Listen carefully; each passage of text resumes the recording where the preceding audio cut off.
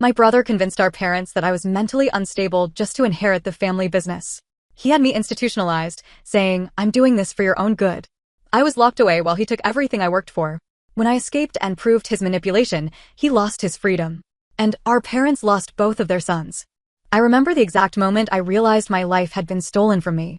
The stale air of the psychiatric facility clung to my skin, the harsh fluorescent lights buzzing overhead as a nurse placed a paper cup of pills in my hand. I stared at them, unblinking. I wasn't sick. I wasn't unstable. I wasn't dangerous. But according to the world outside these walls, I was all of those things. And my brother was the one who put me here. The family business my brother, Kyle, had always been our parents' favorite. Not in an obvious way, but in the way that mattered. I was the responsible one, the one who worked late nights at our family's construction company, the one who knew every contract, every client, every damn screw in the warehouse. But Kyle? Kyle was charming. A smooth talker, a natural liar.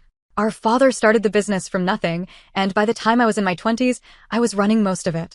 Kyle, of course, had a position, but only because of his last name. He was never interested in the work.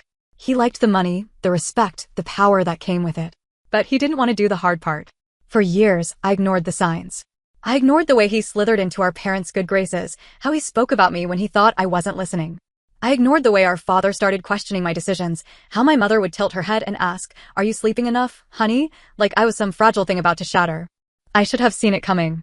The setup Kyle knew he couldn't just take the company. Our father still respected me too much for that. But he could make me give it up. And that's exactly what he did. It started small. Documents I'd signed would suddenly go missing. Orders I never placed were somehow approved under my name. Clients started receiving emails from me that I had never written. At first, I thought it was just bad luck. Then, I thought I was losing my mind. And that's exactly what Kyle wanted. He started planting seeds of doubt everywhere. He'd make comments at work, loud enough for others to hear.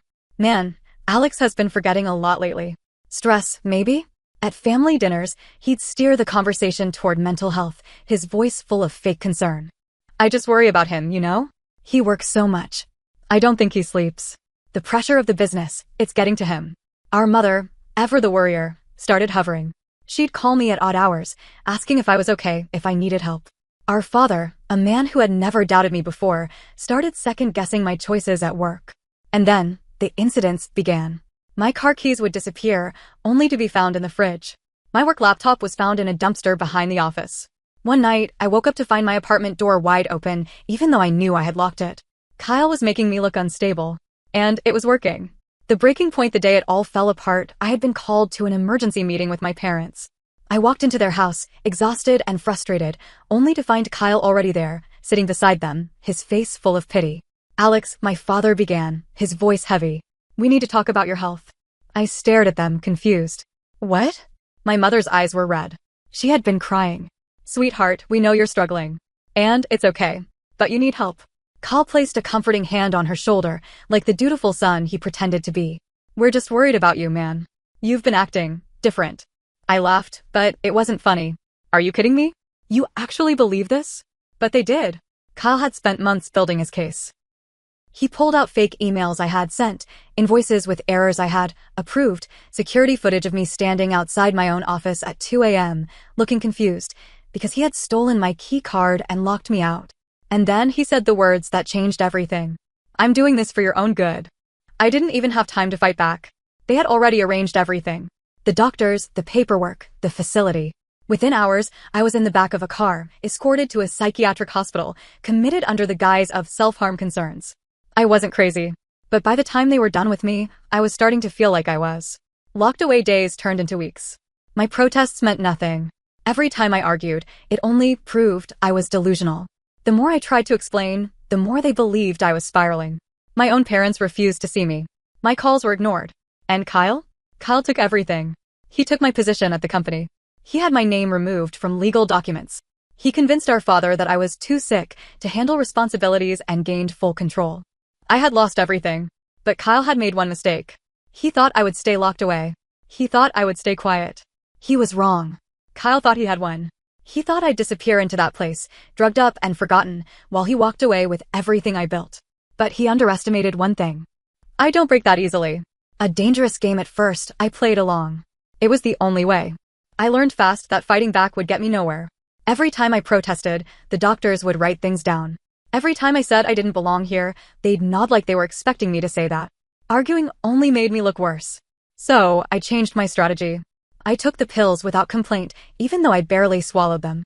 I sat through therapy sessions, nodding at the right moments. I pretended to have realizations about my supposed condition.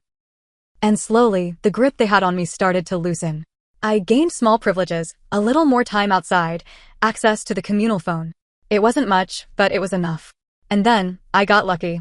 One of the orderlies, Mason, wasn't like the others. He was young, maybe early 20s, and didn't treat me like I was insane. One night, when he was making his rounds, I asked him a question. How long have I been here? He glanced at his clipboard. Almost 4 months. 4 months. 4 months locked away while Kyle ran my business, lived my life.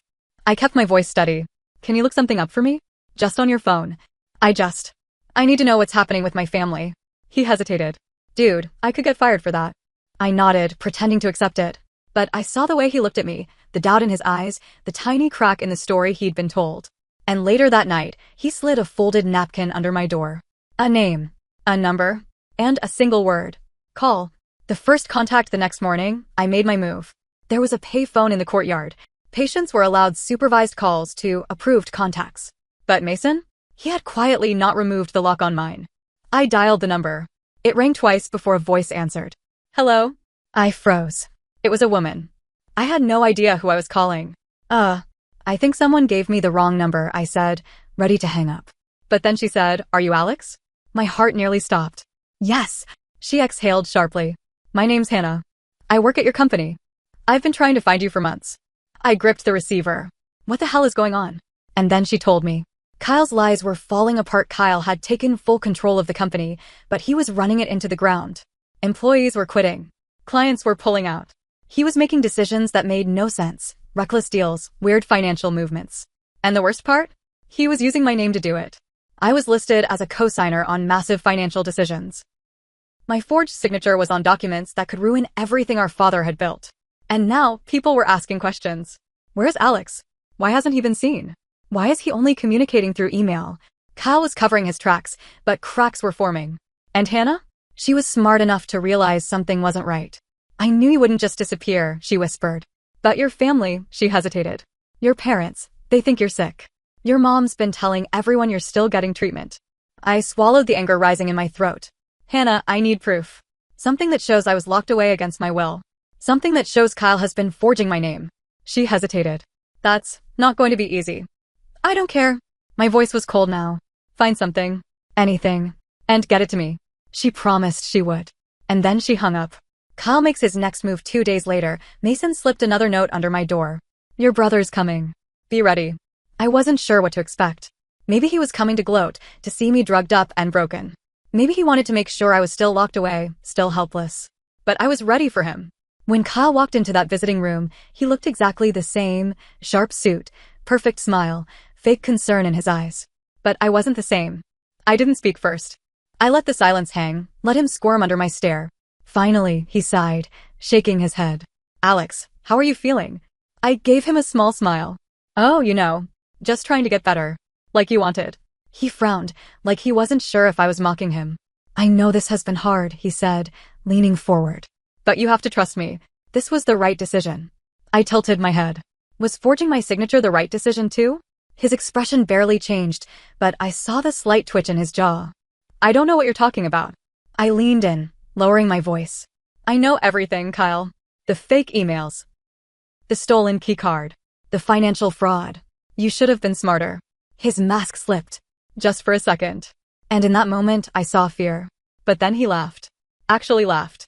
Alex, you've always been paranoid. That's why you're in here. He spread his hands, all fake sympathy. Even if you did have proof, who would believe you? Our parents? The doctors? The board?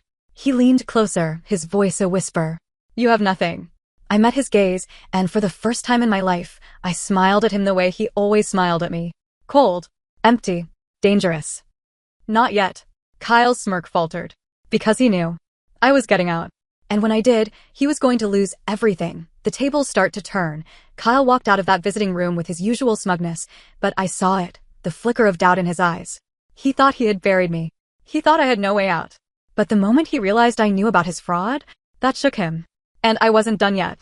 The treatment intensifies 2 days later. The facility changed my medication. For months, I had been pretending to take my pills, pocketing them when no one was looking. But suddenly, the staff was watching me closer. The new nurse crushed them into my food. If I refused to eat, they injected me with something instead. Kyle had pulled strings. He knew I was getting stronger, so he was trying to shut me up the only way he could, by turning me into a real patient. I felt the drugs dulling my mind. My thoughts were slower, my body heavy. I struggled to stay awake, struggled to think. But I held on to one thing. Hannah. She was still out there, still digging. And she didn't disappoint. The first break in the case, a week after my meeting with Kyle, Mason slipped another note under my door. This time, it wasn't just a phone number. It was a name. James Carter, private investigator. Call ASAP. I forced myself through the fog in my head and made my way to the payphone again. The call was short. Carter was blunt, to the point. Hannah had hired him with her own money. She had found things, real things. Kyle had been laundering money. It wasn't just mismanagement. It wasn't just incompetence. He was running illegal side deals, funneling company funds into private accounts. And he had been doing it under my name. That changed everything. This wasn't just about taking back my life. This was about sending Kyle to prison. An unexpected ally. The next day, something even stranger happened. I had a new visitor. But it wasn't Kyle. It was my father. I almost didn't recognize him. He looked older, tired, guilty. His hands shook as he sat across from me. For a long moment, he just stared at me. Then he said, "Son, did we make a mistake?" I kept my face blank. "What do you mean?" He sighed, rubbing a hand over his face. "Kyle says you're still unstable. But something doesn't feel right." He looked me in the eyes. "Tell me the truth. Are you sick?" For the first time in months, I saw a crack in his certainty. I leaned forward. "Dad, listen to me carefully. I was never sick. Kyle did this." He set me up. I took a breath, steadying myself. "And now, he's destroying your company." He frowned. "Kyle's running things just fine." "No," I said sharply. "He's stealing from you." I took a risk and dropped the name. Hannah found proof. She hired a private investigator. "Kyle's been moving company money into his own accounts. If you don't believe me, check the financials yourself." He hesitated. I could see the war in his mind. He wanted to believe Kyle. But doubt had taken root. And then I went for the kill. "Why do you think Kyle didn't want you visiting me?" I asked quietly. "Why do you think he pushed so hard to keep me in here?" That hit him hard. His face paled. And then he stood up abruptly. "I need to go." I didn't try to stop him. I had done what I needed to do. Kyle panics. 3 days later, everything exploded. Mason woke me up in the middle of the night, shaking my shoulder. "You need to get up. Now." I sat up, still groggy from the drugs. "What's happening?" Mason glanced toward the door. "Your brother's trying to have you moved." My blood went cold. Kyle must have realized our father was looking into things. He knew I was becoming a problem again. And if I was transferred to a higher security facility, no visitors, no phone calls, no way out. I scrambled to my feet. "How much time do I have?" Mason hesitated. "Maybe an hour." I made a decision in that moment. I wasn't going to wait for my father to figure things out. I wasn't going to let Kyle tighten his grip. I was going to get out. Tonight. Mason and I didn't have much time. Kyle was making his final move, trying to have me transferred, buried even deeper in the system where I'd never get out. But he had made a mistake. He had underestimated how much my father had started to doubt him. And now? It was my turn to take everything from him. The escape Mason had been watching the overnight shifts for weeks. He knew which guards were lazy, which ones took long breaks. There was a side door, one that led to a storage area before opening into the back parking lot. The plan was simple. At 2:30 a.m., I slipped into the hallway, my heart pounding in my chest. Mason gave me a staff jacket, something that would make me blend in just enough to walk past any cameras. My body was still sluggish from the medication, but adrenaline pushed me forward. We moved fast. Down the hall, past the nurse's station. A few times, we had to stop, duck into an empty room when footsteps approached. But we kept going. Then we reached the door. It was locked. My heart nearly stopped. But Mason was ready. He had swiped a keycard from a distracted security guard earlier that night. He slid it through the reader. Nothing. He swiped it again. Beep. The light turned green. The door clicked open. And just like that, I was free. I didn't stop running until I reached the edge of the property. A car was waiting. Hannah was in the driver's seat. She barely had time to open the door before I jumped in. Drive. Gathering the proof over the next 2 days, Hannah and I worked nonstop. My father had already started digging into Kyle's financial records, but he didn't have the full picture yet. Hannah and the private investigator, Carter, had gotten their hands on Kyle's personal accounts. The ones he used to funnel stolen money from the business. It was worse than we thought. Kyle hadn't just been laundering money, he had been gambling with it. He was deep in debt, owing hundreds of thousands to people who wouldn't just ask nicely for it back. And he was using the company to cover his tracks. The moment we had the final piece of proof, I made the call. To my father. We need to talk. All of us. The showdown, I told my father to meet me at the company's headquarters. Not at home. Not somewhere private. In the boardroom. Because this wasn't just a family issue anymore. This was a business takedown. The boardroom confrontation. The room was full when I arrived. My father sat at the head of the table, his face hard with unreadable emotions. My mother sat beside him, looking nervous, confused. Around them were key executives, people who had worked under me for years. And at the far end? Kyle. His face went pale when he saw me. What the hell are you doing here? His voice cracked just slightly. I took my time walking to the front of the room. Then I dropped a thick folder onto the table. Hannah stood beside me. We have something to show you all. The room went silent as I started speaking. I laid it all out. The missing money. The fake accounts. The illegal deals. The debts. The fact that Kyle had been using my name to cover his tracks. I watched as my father flipped through the documents, his hands shaking. Kyle shot to his feet. This is bullshit. He turned to our father. You're gonna believe him? A guy who just broke out of a mental hospital. I smiled. Nice try, Kyle. But I was never legally committed. You and Mom tricked Dad into signing a voluntary admission form. Which means I walked out, fair and square. Kyle's face twisted in rage. This is a damn setup. Hannah stepped forward. Then explain this. She clicked the remote in her hand. A projector screen lowered, showing emails, bank statements, and, worst of all, recordings. The private investigator had gotten something I hadn't expected. A conversation between Kyle and a financial contact, discussing the fraud explicitly. I don't care how shady it looks, just get it done. I can't let my idiot brother find out, or I'm screwed. The room went deathly quiet. Then my father slowly turned to Kyle. His face was unreadable, but his hands were clenched into fists. Kyle, he said, voice dangerously calm, tell me this isn't real. Kyle's mouth opened and closed. He was scrambling. He had nothing. And that's when my mother, who had been silent this whole time, spoke up. You did this. Her voice trembled. You put your brother away? You stole from your own family. Kyle spun toward her, his face desperate now. Mom, I did it for us. For the business. Alex was going to run it into the ground. I had to. My father stood. His voice was cold. Get out. Kyle froze. What? I said get out. My father's face was red with barely contained fury. You're fired. And if you step foot in this building again, I'll have you arrested. Kyle let out a strangled laugh. You can't do this. You need me. We needed Alex, my father shot back. And you took him from us. Kyle's eyes darted around, searching for support. He found none. Then he turned to me. This is what you wanted, huh? His voice was shaking. To humiliate me? To destroy me? I stared at him for a long moment. Then I said, no, Kyle. I just wanted my life back. You destroyed yourself. And just like that, it was over. Security came in and escorted Kyle out. He shouted, threatened, swore he'd fix this. But there was nothing left to fix. Kyle was arrested a week later. The financial crimes were too big to cover up. He took a plea deal, but it still meant years in prison. My father officially reinstated me as the rightful head of the company. But it wasn't the same anymore. My mother tried to reach out. But there was no going back to how things were. And my father?